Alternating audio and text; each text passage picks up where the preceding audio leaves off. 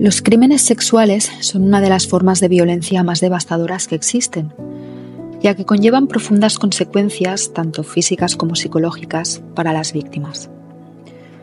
Este tipo de delito a menudo está vinculado a complejas dinámicas de poder, a impulsos patológicos o a trastornos mentales, los cuales requieren de una comprensión especializada en la que los peritos forenses y los terapeutas desempeñan un papel crucial.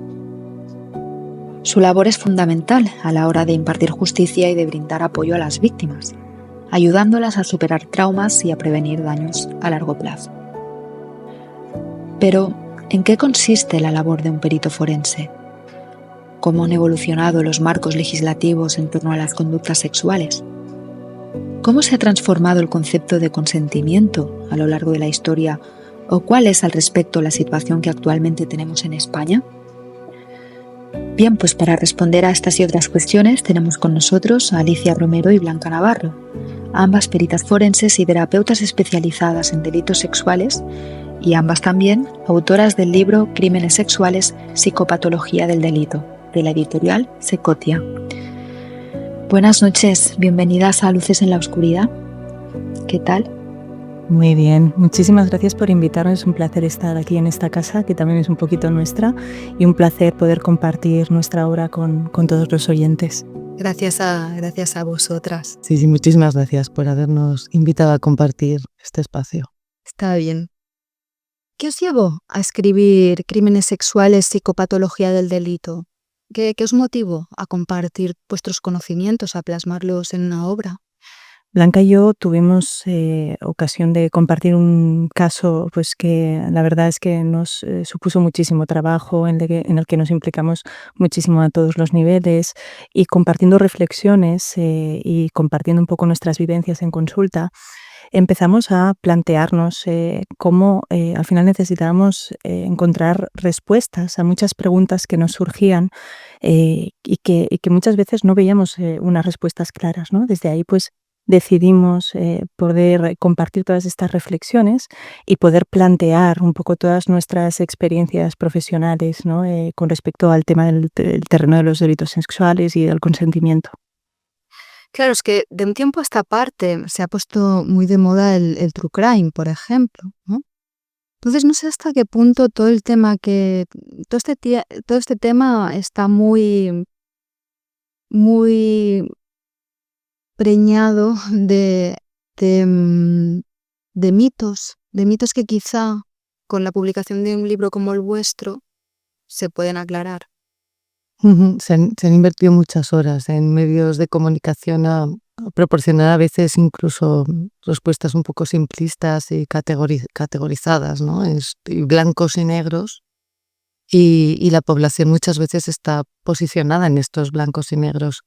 Sin embargo, las que pues acostumbramos a sentarnos con personas que se abren y que nos hablan de sus deseos, a veces de sus contradicciones y de sus luces y sombras, lo que también queríamos transmitir es un poco de luz y un poco de grises también, ¿no? Y un poco de perspectiva, mirando más allá de nuestro entorno, ¿no? Que es este rinconcito de Occidente, que es Europa, donde tenemos una legislación y unos usos y unas costumbres, pues desde este rinconcito también hacer un análisis en perspectiva más allá de este entorno y de este Occidente, y también un cierto análisis con una perspectiva histórica de cómo, pues para cada uno de estos delitos sexuales también había habido un devenir a lo largo de la historia, y que muchos de los usos han pasado de ser normalidad en alguna parte del planeta o normalidad en algún momento de la historia, incluso reciente, para ahora ser considerados delito, ¿no? Entonces también era importante tomar esa perspectiva para poder entender. Claro. Justamente hablábamos antes que hoy vi una noticia que decía que en Irak se ha legalizado el matrimonio con niñas de hasta 9 años. Claro, aquí nos horrorizamos, pero no sé si entiendo que quizá aquí hace mucho tiempo también era una cosa que se daba. Bueno, nos horrorizamos porque se supone además que existe una Carta de Derechos del Niño amparada por la ONU, y se supone que confiamos en la ONU como si fuese una especie de organismo garante de la convivencia y de hecho eso en Occidente damos validez, ¿no? A la Carta de los Derechos del Niño, a los derechos de las personas con discapacidad, ¿no? Todo esto son documentos que han emanado a la Agenda 2030, ¿no? Son documentos que han emanado de la ONU y nos lo creemos porque le damos esta credibilidad a la ONU, ¿no? Pero cuando ves bueno, cuántos son los países que forman parte de la ONU donde se vulneran estas cartas de buenas intenciones para preservar los derechos de la infancia y hay un silencio cómplice bueno, con estas situaciones en países como bien has comentado, pero en tantos otros, ¿no? Que parece que no debemos de olvidar que la excepción somos los países donde verdaderamente se preservan los derechos de la infancia. Entonces, claro, esto que allí es legal, aquí se considera pederastia y es absolutamente ilegal, ¿no? Contraer matrimonio, ¿no? Por debajo en esta edad. Y hablamos de allí, pero también aquí convivimos con comunidades donde claramente se continúan dando este tipo de delitos, ¿verdad? Y creo que debemos abrir los ojos porque no estamos hablando de sitios donde estemos totalmente, o sea, esto está pasando en nuestro día a día, está pasando en nuestras ciudades, ¿verdad? Y es importante que podamos visibilizar este tipo de realidades sin necesidad de perseguir a ninguna comunidad, pero sí que es importante el poder, pues, hacerlo visible y de alguna manera, pues, si se hace visible lo podemos tratar, ¿no? Mm. De hecho, yo he escuchado decir que las cifras de abuso en el ámbito intrafamiliar, de abuso sexual en menores, nos escandalizarían, porque la gente normalmente no tenemos acceso a esos datos. ¿Es cierto? ¿Hay mucho más abuso infantil de lo que creemos? Muchísimo más. Las cifras tan solo son esa punta del iceberg que esconde pues esa gran masa de casos que es complicado llegar a hacer una cifra aproximada, ¿no? Claro. Porque precisamente uno de los problemas en los abusos sexuales es que como se producen dentro del entorno cercano de la víctima, muchas veces dentro de la propia familia, pues son situaciones que cuesta primero de denunciar, cuesta de poder, primero la propia persona darse cuenta, ¿no? De que está viviendo esa situación, de que hay una salida y muchas veces cuentan con una falta de apoyos tremendo, ¿no? Para poder encontrar ese camino que les aleje, ¿no? De esa realidad tan traumática que están viviendo. Claro, es que aquí tenemos el problema del estigma, ¿no? Del estigma del abuso sexual o de la violación, que parece que la víctima se tenga que sentir culpable. Y la vergüenza que implica a veces hacer público que se ha vivido una situación semejante, imagino que eso en muchísimas ocasiones disuade a la hora de denunciarlas. Ya no solo por parte de la víctima, sino quizá por el entorno familiar. Absolutamente. En otras situaciones en las que hay una víctima no se cuestiona tanto como en el ámbito sexual la implicación de la víctima en la causalidad del hecho, ¿no? Bueno, hasta el punto de que también oímos noticias de víctimas de violaciones o que han sido obligadas a casarse con sus violadores o que directamente han sido asesinadas después de un juicio por haber denunciado haber sido víctimas de una violación, con lo cual evidentemente el mensaje es claro.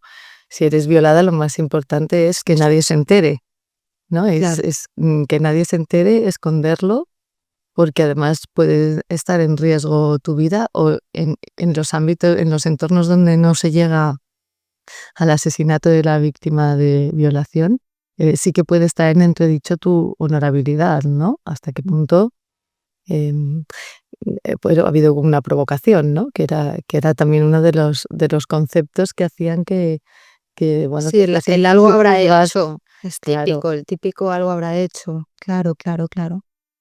Pero también hay otro tema que es que me me parece que es preocupante, que es hasta qué punto el pasar por un proceso judicial, una víctima, y ahora ya no hablo solo de menores, hablo de una mujer que ha sido abusada sexualmente, puede resultar en un proceso retraumatizante.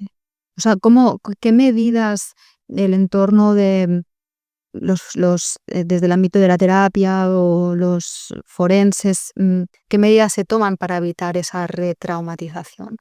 Esa victimización secundaria, ¿verdad? Que intentamos sobre todo minimizar con una mirada respetuosa de sensibilización, intentando evitar que esa persona que está pasando por ese proceso se sienta cuestionada, se sienta culpabilizada, ¿verdad?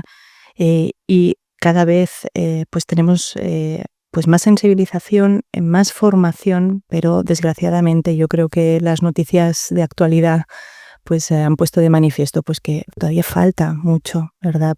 Por trabajar, ¿no? Al respecto, para que una persona que pasa por un proceso que ya de por sí es un proceso que es duro, porque estás exponiendo tu intimidad a la mirada de otras personas que tienen que decidir sobre eso que tú has vivido, ¿no? Entonces, ese proceso que es tan duro necesita ser acompañado por profesionales que tengan esa sensibilidad y esa mirada respetuosa y, por supuesto, que no enjuicie, ¿no? Que no cuestione a esa persona.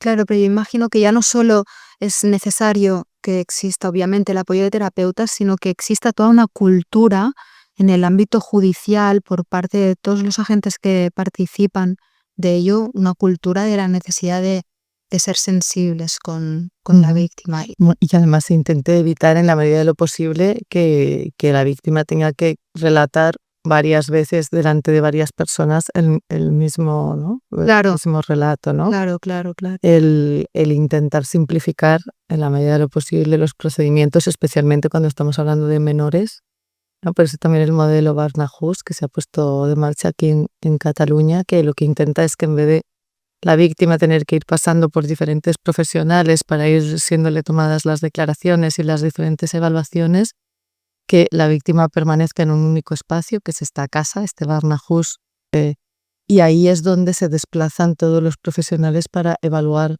la situación sin necesidad que ella tenga que ir de un sitio a otro y sobre todo para que sea lo más breve en el tiempo, coordinado entre los profesionales y para evitar que se repitan, bueno, el tener que explicar la vivencia, ¿no? de lo que ha sucedido para que no sea retraumatizante. Claro. ¿Cuáles son los factores de riesgo cuando hablamos de abuso sexual intrafamiliar de menores? ¿Hay algunos factores de riesgo que podamos dibujar? Son situaciones muy difíciles de detectar. Yo creo que aquí la clave está en la prevención, en la educación sexual, en que nuestros jóvenes, nuestros niños y niñas desde muy pequeños pues tengan nociones de pues, cómo deben ser tratados, ¿no? Tanto físicamente ellos con respecto a su cuerpo como ellos con respecto al cuerpo de los demás, que tengan nociones de lo que es consentir, que les enseñemos también a poder tener un criterio propio, a poder decir que no, a poder expresar cuáles son sus deseos, ¿no? Yo creo que la clave está en esa educación sexual ya desde que los niños vienen a este mundo, ¿verdad? Porque la educación sexual es un continuo que no debe darse únicamente como un taller de formación para poner un preservativo en la pubertad o en la adolescencia, ¿no? Sino que desde que los niños pues, empiezan a poder tener uso de su palabra, que puedan aprender a mencionar las partes de tu cuerpo, ¿verdad? Esto se llama vulva, esto se llama pene, ¿verdad? Que no utilicemos otros seudónimos, ¿no? Seudónimos como para quitarle importancia, ¿no? Sí, ¿no? Que eso genera tabú. claro, el tabú, la vergüenza, ¿no? Porque esta parte no la puedo mencionar, ¿no? Para mí la clave está ahí, ¿no? Más que en intentar detectar fuera qué pasa. Podemos a veces estar atentos a señales que nos pueden dar, ¿no? Señales de un cambio en el comportamiento, ¿no? Algo que nos pueda alertar, ¿no? Le veo diferente, ¿no? Que pueda haber ese espacio de confianza para que esa persona pueda explicar si algo le preocupa. Esa red es importante, pero sobre todo yo creo que la clave está en la educación sexual desde la infancia.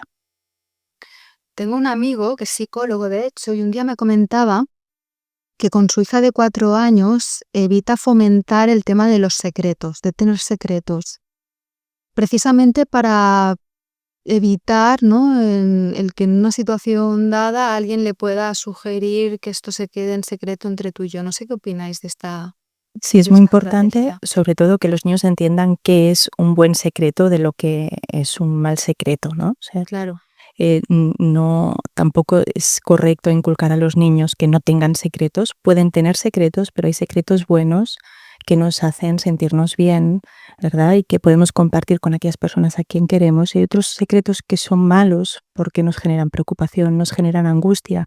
Y esos secretos sí que deben ser compartidos con alguna persona de confianza, ¿no? Entonces, de la misma manera, ¿no?, que hablamos del tema de la prevención, cómo ayudar a los niños a que mencionen cada parte de su cuerpo, que entiendan cuáles son esas normas, ¿verdad?, con las que deben ser tratados físicamente. Y esto tú vas al pediatra y lo tiene muy, muy incorporado, ¿no? El pediatra pide al niño, aunque sea muy pequeñito, aunque tenga 3, 4, 5 años, le explica: "Mira, ¿me permites ahora mismo? Voy a mirar tus partes íntimas", ¿verdad? El tema de pedir permiso, que los niños entiendan al final cuáles son esas reglas, ¿no?, a la hora de interactuar, ¿no?, con nuestro cuerpo, pero también con nuestros afectos. entonces de alguna manera es recomendable que un padre a partir de cierta edad que el niño tiene entendimiento le diga, mira, a tus partes íntimas no debe tocarlas nadie sin tu consentimiento.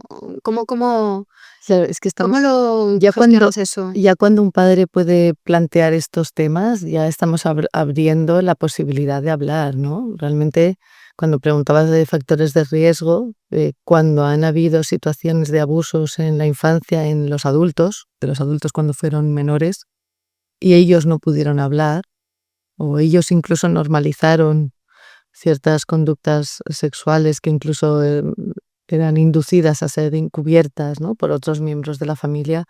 Claro, estos padres es que directamente, probablemente ellos no tienen las herramientas para poder hablar así con sus hijos, ¿no? Entonces, Sí, no, claro. claro, al final cuando el cómo, pues seguramente exactamente cómo, pues habrán maneras un poco mejores, un poco no mejores, pero el poder hablar ya está abriendo, ¿no? Ya es el antídoto contra los tabúes. Claro. Sí, El poder hablar y también darnos cuenta a veces de que nos cuesta hablar y que a veces nuestros hijos nos hacen preguntas o no sabemos cómo gestionar en determinado momento. Hay veces papás que vienen y te dicen: "¿En el momento de la ducha es correcto que mi hijo o mi hija esté ahí y me vea desnudo o no?", ¿no? O sea, yo a veces Claro, son dudas muy naturales que muy pueden surgir, naturales claro. que está bien que nos empecemos a plantear también, pues que tenemos ciertas limitaciones, no tenemos que tener acceso a todas las respuestas y yo creo que eso es importante también. Claro. y que luego pueden haber diferentes estilos educativos y que mientras exista la posibilidad de hablar y de validar al menor, que sí que, a ver, entonces esto, ¿no? Pero, ¿puedo estar desnudo? No, pues hay familias que sanamente comparten más el desnudo y hay familias que sanamente no lo comparten. Y no es tanto el hacia dónde, sino el poder explicitar y el poder validar al menor en su malestar, ¿no? Y educar al menor a que pueda verbalizar ese malestar, y más ahora que nos enfrentamos a Internet, ¿no? Ahora desde hace ya unos años que Es otro melón, el internet, ahora lo abordaremos. Pero estaba pensando en que escuché en una ocasión a una chica, no sé si me voy a acordar de su nombre, pero es una chica que se llama Marina no sé qué, que hace una divulgación muy interesante sobre el porno y el impacto que está teniendo en los adolescentes y en niños súper jóvenes, ¿no? Y va por toda España, a distintas escuelas. Además es una chica que es muy cercana a los chicos, les hace bromas, entonces luego se le acercan y le cuentan cosas, ¿no? Algunas para horrorizarnos, pero bueno. Y ella decía que a su hija, que es muy pequeña, desde muy, muy pequeña, sus zonas íntimas le ponía el jaboncito a la mano y le decía que se las limpiara a ellas. una vez más es un poco distintas maneras de afrontar, no sabemos si es mejor o peor hacerlo así que de otra manera, pero Bueno, es que la educación sexual está en nuestra cotidianidad, ¿no? Y en claro, algo tan cotidiano como la ducha, pues ahí estás transmitiendo un mensaje, ¿no? Tu cuerpo es tuyo, tú tienes que ocuparte de él, ¿no? Esta es la manera correcta, ¿no? De cuidar tu zona íntima, ¿verdad? Entonces, eh, es muy correcto, ¿no? Pues ese abordaje que plantea Marina. sí, a mí me lo pareció desde luego, que al final entiendo hacerle comprender al niño que esas partes son sagradas, son suyas, ¿no? Y Sí, no sé si sagradas, pero sí son suyas y en cualquier sí, caso, sagradas, pero ¿verdad? muy religioso. Claro, ¿no? O sea, para antes, ¿no? Ya Sí, luego lo a la hora de ese, ¿No? A la hora de poder hacer, ¿no? Algún tipo de contacto con el cuerpo del niño, pues siempre importante el consentimiento, pedir permiso. Mira, ahora te voy a poner esta cremita porque... ¿eh? claro. Y el tema Internet, Blanca, ¿qué pasa, qué está pasando con Internet? Porque eso desde hace que 20 y pico años que lo tenemos, pues imagino que también ha puesto patas arriba todo lo que es la criminalidad sexual. Sí, sí, decíamos que antes el pederasta necesitaba la típica imagen, ¿no? De la gabardina y los caramelos, ¿no? Es acercarse a un parque, ¿no? La verdad ya no hace falta porque Internet proporciona un anonimato para cualquier tipo de delito. Y no solamente un anonimato, sino que es fácil también jugar con las expectativas del otro en función de la imagen que das y de la manera de presentarte, ¿no? Entonces, ya es relativamente fácil hacerse pasar por otro menor para ganarse la confianza. Y, y curiosamente era que estábamos hablando de la educación, ¿no? Sí, es el educarse educar a cómo utilizar Internet, cómo utilizar pues realmente es una asignatura pendiente y no sé si habéis visto a menudo en un restaurante o por la calle niños pequeños me refiero en una cuna de estas portátiles con un dispositivo enganchado Sí, al móvil para distraerlos, ¿no? sí. Claro, dices, es que si ya estamos utilizando los móviles y les estamos conectando a su sistema dopaminérgico desde la cuna, los móviles sin hacer una educación de cómo usarlos, que decir que nadie se nos ocurriría dejar a un niño pequeño con un cuchillo en la mano, porque pensamos que se puede hacer daño, pero les damos un móvil sin normas de empleo, sin límites. Entonces, bueno, pues otro capítulo importante de educar a los niños cómo moverse en Internet cuando Internet es vasto como el mundo, ¿no?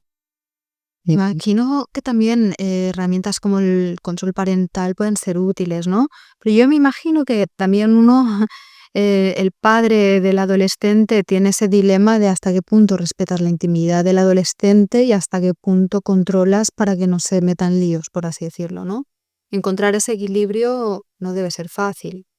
No, porque como decía antes Blanca, o sea, cada familia también tiene un estilo, tiene pues unos límites, tiene una mirada.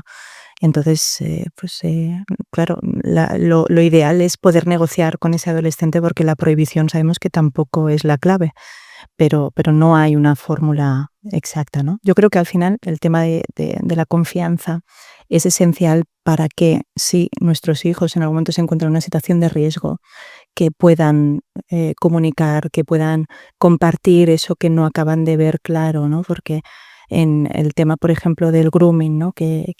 Son estas situaciones en las que una persona adulta se hace pasar por un joven, por un niño, para ponerse en contacto y para conseguir, por ejemplo, fotografías de esos niños desnudos. Claro, hay una extorsión muy fuerte y muchos de estos niños pueden sentir vergüenza, culpa, ¿verdad? Porque se han visto en un lío, ¿verdad? De chantajes, ¿verdad?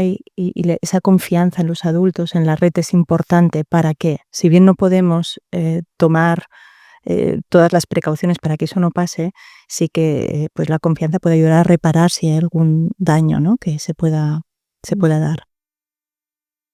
¿Qué mecanismos de denuncia hay para el grooming? O sea, ¿cómo podemos proceder si nos damos cuenta de que nuestro hijo o nuestra hija está siendo sometido a este tipo de chantaje? La denuncia. absolutamente. O sea, lo denuncias y entonces entiendo que hay una investigación Sí, sí. que se...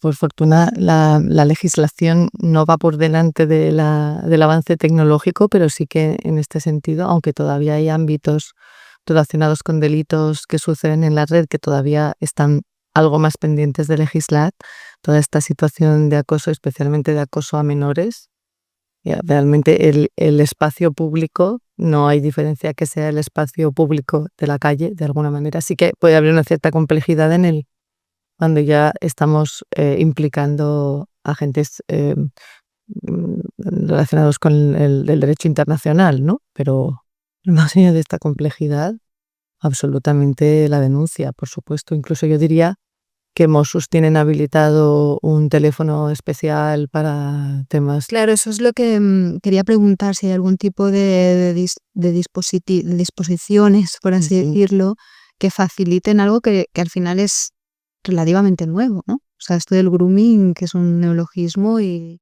que hasta hace poco imagino que no estaría muy desarrollado, ¿no? No, y en la línea de la prevención ante este tipo de delitos existen incluso especialistas como los lingüistas forenses que lo que hacen es, ante una posible alerta, detectar, ¿no? Y analizar el lenguaje, ¿no? A través del chat que utilizan los groomers porque hay algunas señales, ¿no? Como por ejemplo el groomer, claro, intenta familiarizarse con el lenguaje del niño, pero no llega a utilizarlo como él, ¿no? Entonces a veces utilizan un exceso de emojis o un tipo de lenguaje muy sobrecargado, ¿no? Que a veces hace que salten O sea, algunas alarmas, ¿no? que se nota que es impostado de alguna manera. Exacto, ¿no? Y cada vez como que hay más especialistas que van mirando más al detalle para poder prevenir este tipo de situaciones. Eso es un detalle muy interesante, realmente. Bueno, en el libro tratáis muchos temas. Ahora hablábamos de la violencia hacia el menor, pero también habláis de mujeres como víctimas de trata, de las violaciones, de las parafilias. Las parafilias, que es un tema que siempre nos ha llamado mucho la atención a todo el mundo. Imagino que no Yo todas... sí una cosa antes de seguir, que sí me gustaría que con el libro hemos pretendido también romper un estereotipo. Ajá. Y es que estábamos hablando antes de las mujeres y de las mujeres víctimas y de las mujeres víctimas. Es verdad que al hablar de los menores hemos hablado más de niñas y niños, pero uno de los estereotipos que también queríamos romper poniendo luces en la oscuridad Eso es. es esta equivalencia entre mujer y víctima y hombre y agresor. Vale, primero de todo porque aunque es verdad que un gran porcentaje de las víctimas son mujeres, no debemos perder de vista que también hay hombres víctimas de delitos sexuales. Y si equiparamos este concepto de mujer con el de víctima, estamos todavía silenciándolos a ellos más, cuando si ya es difícil para una mujer eh, mostrarse como víctima de un delito sexual, Para un hombre ya... para un hombre puede ser mucho más difícil todavía, ¿no? Entonces, sí que en algún momento del libro hacemos esta reflexión, porque si no estaríamos abundando en los estereotipos, ¿no? Entiendo. Y Interesante que la hagas. entonces, precisamente en este análisis evolutivo, ¿no? De cómo la historia, tanto legislativa como, antes decías, antropológica, ¿no? De la sexualidad ha ido evolucionando, pues no debemos, tenemos que poner ese foco en que cuando hablamos de víctimas pueden ser hombres o mujeres. Y cuando hablamos de agresores también pueden ser hombres o mujeres. Eso te iba a preguntar, porque realmente tenemos la idea de que podemos aceptar que las víctimas también sean hombres, pero que el agresor sea mujeres creo que nos cuesta aún Es más, más ¿no? difícil porque equiparamos el delito con la violencia. Claro. Y como bien los nuevos avances legislativos han puesto de manifiesto, hoy en día para poder decir que ha habido una violación no necesariamente tiene que haber habido violencia. Es Claro. decir, que el estereotipo también es el del violador que a punta de navaja entra en un portal utilizando la fuerza física, ¿no? Y comete una violación, pero hoy en día esto es un porcentaje muy bajo de todas las denuncias por delitos sexuales. Y luego el otro concepto es que también equiparamos a la víctima con la mujer y como luego supongo que hablaremos de la credibilidad, eh, se presupone que la víctima es inmaculada y creíble y no miente y Claro, es que entonces y es además un tema, claro. claro, y aquí es donde también abrimos queremos romper con el libro otro estereotipo Ah, en el que la legislación actual plantea que el testimonio de la víctima, si es mujer, es creíble de entrada, incluso si no hay testigos, ajá, pero claro, esto de alguna manera rompe con el concepto de la presunción de inocencia claro, y rompe con un concepto básico en el derecho, que es la carga de la prueba. claro. Si rompes el concepto de la presunción de inocencia, ya no es eh, la víctima que tiene que demostrar que el otro es un agresor, sino que el agresor tiene que demostrar que no es. Que es inocente. Entonces, ya no es que hay que demostrar la culpabilidad, sino que el denunciado tiene que demostrar su inocencia. Con lo cual, ya la evolución que ha habido en cómo se consideran legislativamente los crímenes sexuales, hemos pasado a romper con un principio básico del derecho, que es el de la igualdad. Tanto si el agresor es hombre o mujer o la víctima es hombre o mujer, la ley no es la misma. Y luego que ya no hay esta presunción de inocencia y esta necesidad de demostrar la culpabilidad del agresor, ¿no? Entonces, claro, aquí hay, perdona que te he interrumpido, No, pero, parece súper pero es importante lo como, que estás exponiendo. de alguna manera, el plantear que sí, que por supuesto las dos escritoras somos mujeres, ahora somos las tres que estamos aquí en la tertulia y como mujeres y como madres, evidentemente valoramos como muy positivo y como imprescindible todo el avance que se ha hecho en los derechos, ¿no?, de la mujer tan necesarios para poder protegerse, ¿no?, algo que a lo largo de la historia ha sido una lacra. Dicho lo cual, para poner luces en la oscuridad es importante entender que el libro también rompe, ¿no? Es un libro crítico. Es un libro crítico con, bueno, pues eso, con los blancos y los negros. Y ahora sí que si quieres, con dicha esta premisa hablamos de las parafilia, pero era importante para resituar todo lo que Es hablemos, muy ¿no? importante porque realmente vivimos en una sociedad muy polarizada, todos lo sabemos, y a veces también nos vamos a los extremos de las cosas, ¿no? Quizá encontrar los equilibrios Sí, a los estereotipos también, ¿no? Vivimos el populismo en el que nos movemos, habla de estereotipos continuamente que conectan con prejuicios y que vienen a reafirmar nuestros prejuicios, ¿no? claro, Y cuando nos acercamos con ojos profesionales tanto a hacer valoraciones de víctimas, de agresores, de denunciantes, de denunciados, es cuando nos movemos mucho en los grises. claro, claro. Al final la realidad está hecha de grises. No nos queda mucho tiempo, pero 2 minutitos de esto de las parafilias, porque yo entiendo que no todas tienen obviamente que ver con algo criminal, ¿no? O sea, hay algunas que ni siquiera se consideran patológicas, si estoy en lo cierto. Pero bueno, ¿cuál es esa relación? ¿Por qué la habéis incluido en el libro de crímenes sexuales? Bueno, tienes toda la razón. Las parafilias no necesariamente tienen que ser un delito. El concepto vuelve a ser un poco el consentimiento, hasta qué punto dos personas adultas se divierten en el ámbito sexual compartiendo una práctica que ambos dos consienten, voluntariamente y libremente, ¿no?